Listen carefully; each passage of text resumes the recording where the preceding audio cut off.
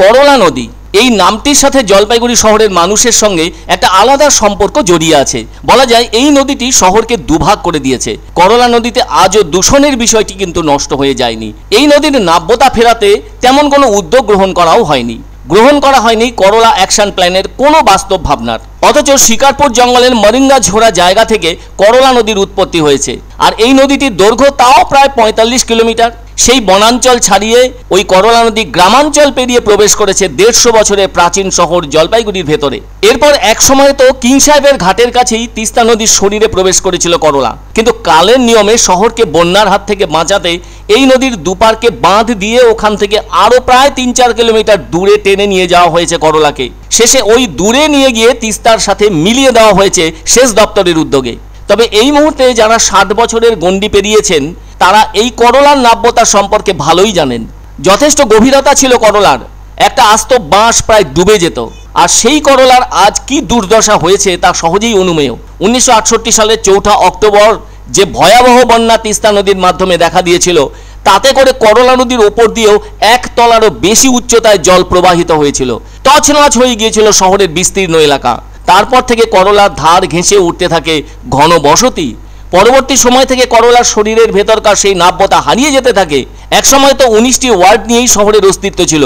১৯৯৫ সাল থেকে সংলগ্ন পঞ্চায়েত এলাকাগুলি পৌরসভার ভেতর ঢুকে যাওয়ায় আরও ৬টি ওয়ার্ড বেড়ে যায়। বর্তমানে যার সংখ্যা ২৫টি। আজ এত বসতির কারণে করলার গভীরতায় কিন্তু টান ধরেছে।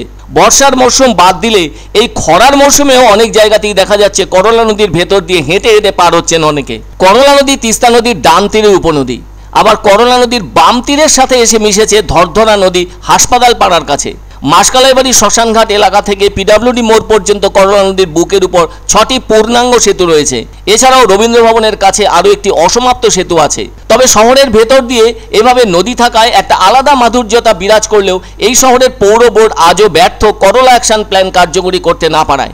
শুধু ভোট আসলে মাঝে মাঝে এখানকার মানুষের মাথা চাড়া দিয়ে ওঠে করলা অ্যাকশন প্ল্যানের অবস্থা নিয়ে। পৌর ভোট এলেও ওই একই অবস্থার ছবি ছড়িয়ে পড়ে, যা এবারও লক্ষ্য করা যাচ্ছে লোকসভা ভোটের এই সময়টায়। এবারে জলপাইগুড়ির ফুসফুস করলা নদীর সংস্কার চাইছেন এই শহরের সাহিত্যিক থেকে বিভিন্ন সংগঠনের সদস্যরা। এই নদীর বর্তমানে বেহাল অবস্থা হয়ে আছে, যা ধীরে ধীরে পরিণত হচ্ছে একটি পুরানো খালে। আর সেই সাথে করলার শরীরও আগের চেয়ে অনেক ছোট হয়ে এসেছে। তবে এই করলা নদীর সংস্কার না হলে আখেরে ক্ষতি হবে কিন্তু জলপাইগুড়ি শহরেরই। অভিজ্ঞজনেরা বলছেন রীতিমতো টাকা পয়সা খরচ করে ড্রেজিং করানো দরকার, কিন্তু প্রশ্ন হলো সেই ড্রেজিংয়ের দায়িত্ব নেবে কারা? অনেকে বলছেন করলা অ্যাকশন প্ল্যান এখন যেন ঠেলাঠেলির দায় হিসেবে উঠে আসছে। তাই জলপাইগুড়ি টেমসের বেহাল দশা দেখে অনেকেই বলে উঠছেন ভাগের মা গঙ্গা পায় না। এমএলএ, এমপি এবং পৌরসভা কারোরই যেন চৈতন্যের উদয় হয়নি করলা নদীর শরীরকে বার্ধক্য থেকে যৌবনে ফেরানোর ব্যাপারে উদ্যোগ নেওয়ার। কেউ কেউ করলার রূপকে কল্পনা করে বলে থাকছেন তরল হৃদয়। সত্যি কথা বলতে কি, করলা নদীর হৃদয়ের অবস্থা সত্যি করুণ থেকে করুণতর হয়ে উঠেছে। আর তাই যারা যত্ন করে নাম দিয়েছিলেন করলা অ্যাকশন প্ল্যান, তারা আজও এত বছর পরও উদ্যোগহীন সেই নামটি কোনো ফাইলের ভেতর কিংবা ফাইলের বাইরে মুখে মুখে শুনে চলেছেন বৃথা আশা বুকে নিয়ে বয়ে বেড়ানোর মতো। সেই করলার পরিস্থিতি নিয়ে আমরা বহুবার আন্দোলন করেছি এবং করছিও, আজও করছি। করলার যে সংস্কার সেটা দরকার, এবং শুধু করলার সংস্কার নয়, জলপাইগুড়ি শ্বাসবায়ু হচ্ছে করলা। করলা যদি না বাঁচে জলপাইগুড়ি শহরও বাঁচবে না।